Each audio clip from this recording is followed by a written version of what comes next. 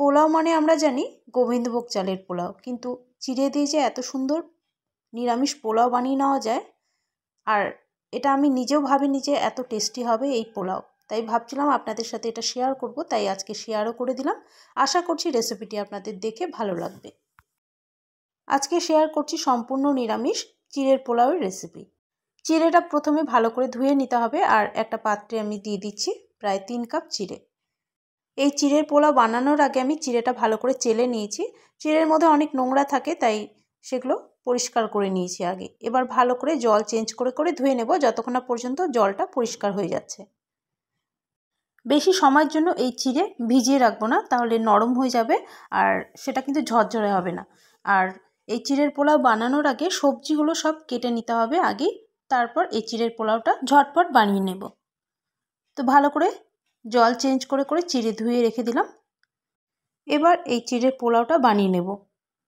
সবজিগুলো সব আগেই কেটে নিয়েছিলাম আমি। এবার কড়াইতে দিয়ে দিচ্ছি বড় 2 চামচ সাদা তেল, আর তারই সাথে দিয়ে দিচ্ছি বড় 1 চামচ ঘি। ঘি আর সাদা তেল মিশিয়ে করছি, আপনারা চাইলে ঘিতেও পোলাওটা বানিয়ে নিতে পারেন। তেলের সাথে ঘিটাও পুরো মেল্ট হয়ে গেছে। এবার এর মধ্যে দিয়ে দিচ্ছি অল্প চিনেবাদাম। চিনেবাদামগুলো ভালো করে ভেজে নেব। গ্যাসের ফ্লেম লোতে রেখেছি, আর চিনেবাদামগুলো এখন ফুটতে শুরু করে দিয়েছে। আর চিনেবাদাম এখন ভাজা হয়ে গেছে, তুলে নিচ্ছি। বাদামগুলো তুলে নেওয়ার পর এর মধ্যে দিয়ে দিচ্ছি বোটা সমেত 2টো শুকনো লঙ্কা। শুকনো লঙ্কা দুটো একটু ফাটিয়ে নিয়েছি যাতে ফুটে না যায়। আর দিয়ে দিচ্ছি একটা তেজপাতা, তেজপাতাটা ছিঁড়ে দিয়ে দিচ্ছি এর মধ্যে। 2টো ফাটিয়ে এলাচ দিয়ে দিচ্ছি, এতে সুন্দর একটা গন্ধ আসবে। এগুলো একটু ফ্রাই করার পর এর মধ্যে আমি দিয়ে দেবো এখন ছোট 1 চামচের মতো কুচনো আদা আর বড় 1 চামচ কাঁচা লঙ্কা কুচি, দুটো একসাথেই দিয়ে দিচ্ছি। আদা কাঁচা লঙ্কাটা একটু ভেজে নেব, খুব বেশি ভাজবো না, হালকা একটু ভেজে নিতে হবে। আর এই পোলাও আমি নিরামিষভাবে বানাচ্ছি, তাই পেঁয়াজের ব্যবহার করব না। পেঁয়াজ ছাড়াও যে এত সুন্দর এই পোলাওটা খেতে লাগে, আপনারা না বানালে এর টেস্টটা কিন্তু বুঝতে পারবেন না। তো হালকা একটু নাড়াচাড়া করে নিয়ে এর মধ্যে এবার সবজি দিয়ে দিচ্ছি। সবজির মধ্যে এখানে আলু, গাজর, বিনস, ক্যাপসিকাম নিয়েছি। তো এই সমস্ত সবজিগুলো কিন্তু একটু লম্বা লম্বা করে আমি কেটে নিয়েছি। সমস্ত সবজিগুলো এখন দিয়ে দিচ্ছি। সবজিগুলো ভালো করে ভেজে নিতে হবে। এখানে আমি সবজির মাপগুলো বলছি না, আপনারা যতটা পরিমাণে এই চিড়ের পোলাও বানাবেন সেই আন্দাজ মতোই সবজি কেটে নেবেন। সবজিগুলো নাড়াচাড়া করে এর মধ্যে দিয়ে দেবো এবার স্বাদ মতো লবণ। প্রায় ছোট 1 চামচ লবণ দিয়ে দিচ্ছি এর মধ্যে। এর মধ্যে আমি কিন্তু হলুদ ব্যবহার করব না।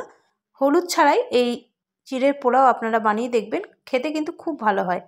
আর সামান্য লবণ দিয়ে এবার ভালো করে সবজিগুলো ভেজে নিতে হবে। গ্যাসের ফ্লেম মিডিয়াম টু হাইতে রেখেছি। সবজিগুলো যখন মোটামুটি ভাজা হয়ে আসবে তার কিছুক্ষণ আগে দিয়ে দিতে হবে অল্প মটরশুঁটি। মটরশুঁটিগুলো আমি একসাথে দিয়ে ভাজলাম না এই কারণেই, তাহলে কিন্তু মটরশুঁটিগুলো ফেটে যেত আর মটরশুঁটিগুলো গোটা থাকতো না। তাই সবজিগুলো একটু ভেজে নেওয়ার পরেই মটরশুঁটিগুলো দিয়ে হালকা একটু ভেজে নেব। আর এরই সাথে অল্প দিয়ে দিলাম ভেজানো কাজু কিশমিশ। এই কাজু কিশমিশ আমি একটু ভিজিয়ে রেখেছিলাম, তো সেটা দিয়ে দিলাম। দিয়ে একটু নাড়াচাড়া করে নিচ্ছি প্রায় 2 মিনিট। এইভাবেই নাড়াচাড়া করে নেব মটরশুঁটি আর কাজু কিশমিশ দিয়ে। তো সমস্ত কিছু আমার ভাজা হয়ে গেছে ভালো করে। এবার এর মধ্যে ভেজানো চিড়ে দিয়ে দেব। চিড়ে কিন্তু বেশিক্ষণের জন্য আমি ভিজিয়ে রাখিনি, প্রায় ধুয়ে নেওয়ার পর 5 মিনিট ভিজিয়ে রেখেছিলাম। আর বেশিক্ষণ ভিজিয়ে রাখলে চিড়ে নরম হয়ে যেত আর ঝরঝরেও হতো না এই পোলাও। এবার এর মধ্যে দিয়ে দেব লবণ।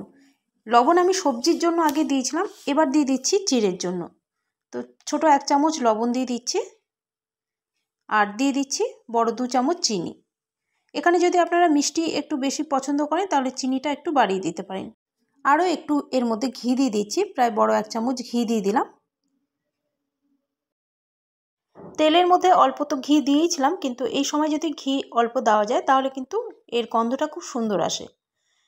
এখন ভালো করে একটু নাড়াচাড়া করে নিচ্ছি, প্রায় 3 থেকে 4 মিনিট এইভাবেই নাড়াচাড়া করে যাব।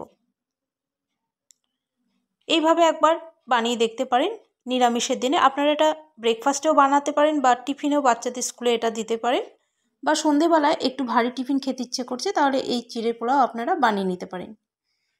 3-4 মিনিট নাড়াচাড়া করে নেওয়ার পর যে চিনেবাদাম ভেজে তুলে রেখেছিলাম সেটা দিয়ে দিচ্ছি। দিয়ে ভালো করে আবার একটু নাড়াচাড়া করে নিচ্ছি। তাহলেই আমাদের একদম তৈরি এই নিরামিষ চিড়ের পোলাও। একবার অন্তত বানিয়ে দেখুন, আশা করছি আপনাদের সবার এটা ভালো লাগবে। আর রেসিপি যদি দেখে ভালো লাগে তাহলে প্লিজ লাইক ও শেয়ার করে দেবেন, আর সাথে চ্যানেলটি সাবস্ক্রাইব করে রাখবেন আমার নতুন নতুন ভিডিওর আপডেট পাওয়ার জন্য।